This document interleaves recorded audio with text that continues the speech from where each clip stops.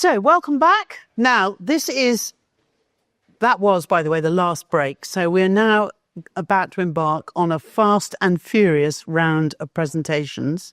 They're all up on the screen. The Have We Got Planning News for You team don't need any introductions from me, so they're not going to get it. What they are going to get from me is a bit of a kick if they overrun, because they've each got 15 minutes. I mean, we could have a competition about who's got the most slides, but I think you'll know who the winners of that will be. And I say no more, but hand over to Chris. I haven't got any slides, just none. Thank you very much for joining us. If I seem a bit more relaxed now than I was earlier, it's just whether all that was going to work earlier, but it has, so that's fantastic. That's me, and we're going to talk about housing. And how policy is striving to deliver more homes.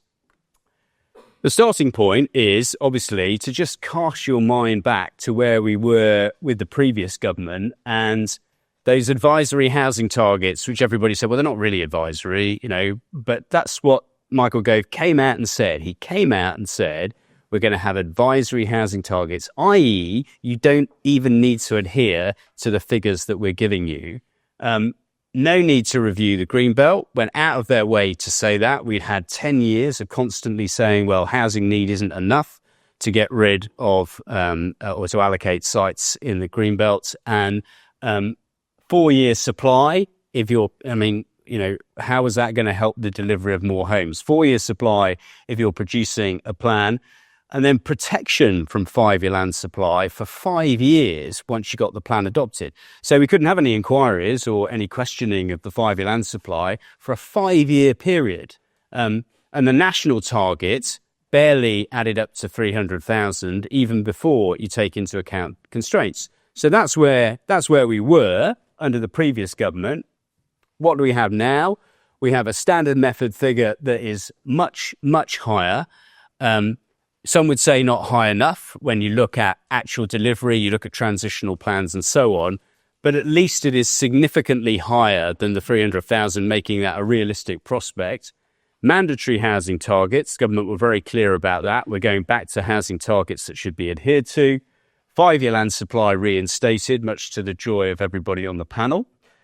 No protection for 5-year land supply in the post-adoption period, and introducing 6-year supply. For the first time, we saw a 6-year supply requirement. So that's obviously what they've done. And crucial and fundamental to all of that is the standard method figures. Now, as everybody on the show knows, I do like a good housing number. And the new standard method figures, I've just taken a selection of them. Look at some of those increases. Some of the places the house builders want to build. North Yorkshire goes up by over 200%. Lots of sites all over North Yorkshire being promoted now.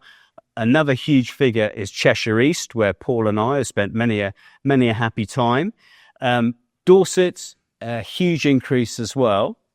Buckinghamshire, the supposed home of the NIMBY councillors, self-proclaimed NIMBY councillors, that they are being given a figure that is now over 4,000 a year. Obviously, these are unitary authorities, that's why they're so big. But even in smaller authorities like Elmbridge, look at that increase, 143%. So when the minister was talking about, we've changed the standard method, this is what's really driving housing policy. Much higher figures, much higher figures. St Albans, which is often considered absolutely on the naughty step for as long as they possibly could. Now, realistically, Neil, you would agree, realistically starting to put actual allocations forward and actually getting on with granting planning permission as a consequence of being faced with these significant numbers. Hearts, they're going up by 159%. So, yes, there are changes to 5-year land supply. The minister explained why all that was so important to reverse Michael Gove's proposals. But crucially, this is what drives housing policy, the much higher housing numbers. And if councils don't like it, well, they could always get on with producing a plan, couldn't they? And then introduce the constraints that give them a lower figure. But those are the figures that they're faced with. What does that mean? Well, we can see here something that all barristers would like you to see, which is the incredible success rate at inquiries. We've had that on the show, but the rate for written reps generally stays around 30%, and obviously that's not always dealing with housing, it's dealing with a whole load of things, including householder extensions.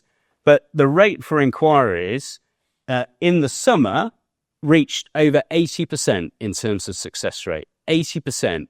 As a direct result, I would suggest, of councils being realistic in the things that they grant, and then taking things to appeal, and inspectors recognising the scale often of the housing that is required. Some councils have shortfalls of over 10,000 homes now in their 5-year land supply. And it's difficult, I would suggest, I would hope it's difficult for inspectors to be worrying about landscape impacts in circumstances where a council is 10,000 houses behind where it should be. So very high rates, now at around 80%. What does that look like in terms of appeal decisions? Well, here's some closing submissions from the Brighton Gasworks appeal. And you can see these are the closing submissions from the appellants that are recorded in the Secretary of State's decision. We haven't had that many large housing appeal decisions determined by the Secretary of State. It would be good if we saw more. There's going to be quite a big one from Sittingbourne next year. But look at what happens when you input those figures into a 5-year land supply calculation. Brighton had a 1.4-year supply. Since 1999, they delivered an average of 530, and you can see their plan was aiming for 660, but their actual figure is 2,500 a year. So as a consequence, the scale of the shortfall in Brighton was enormous, and that led the Secretary of State to grant planning permission. It was Mr. Pennycook's decision. Grant planning permission, and also took a flexible view about the lack of affordable housing on a viability basis because of the importance of delivering the housing. So those changes that were made, and particularly the changes to the standard method, translate into this. Now, Brighton's figure has always been high. It's not one of the big changes, but that just shows you the scale of how far some local authorities are adrift of what's been required. Turning to London, London is around 90,000 of the 370,000 a year. And you can see that many of the figures actually come down. They were much higher with the previous policy and the 30% uplift for all London boroughs. Huge decreases. So Greenwich down from 4,000 to 2,500 and so on. But despite that, it still has a very significant figure. That's largely attributable to the affordability ratio, and then also the 30% uplift. But if you look at the authorities that have got increases, some of them have huge increases, including my personal favourite, Bromley, which has an enormous increase to nearly 3,000 dwellings a year. They have a plan that's got about 700 a year, and half of their supply comes from the appeals they lose. They are about as anti-housing as you can get, and yet their figure has now increased by 100%. One of my other favourites is Westminster, because that's where Charlie lives, and as a consequence of which, I'm delighted to say it's gone up that far. Sorry, it's just the House of Lords thing. So where are you meant to build then if London is having the problems it's having, and it undoubtedly is because of viability considerations? Well, that's where you build. That's the green belt round London, in places 15 to 20 miles wide. It was only ever intended to be 5 miles wide when it was introduced in the 1960s, but all the home counties thought, oh, that looks like a good idea. We'll have some of that. And they've gone and increased it to this huge. That's where you build, all the way out to Wokingham, all around St Albans. That's where the figures should be. And if London authorities aren't building, even if the duty to cooperate does go, and it's subject to consultation, you've still got a material consideration about unmet need being in the adjacent authorities in London. And then finally, there aren't too many slides, Mary. Finally, this is Bromley. Thank you to Mark for the slides.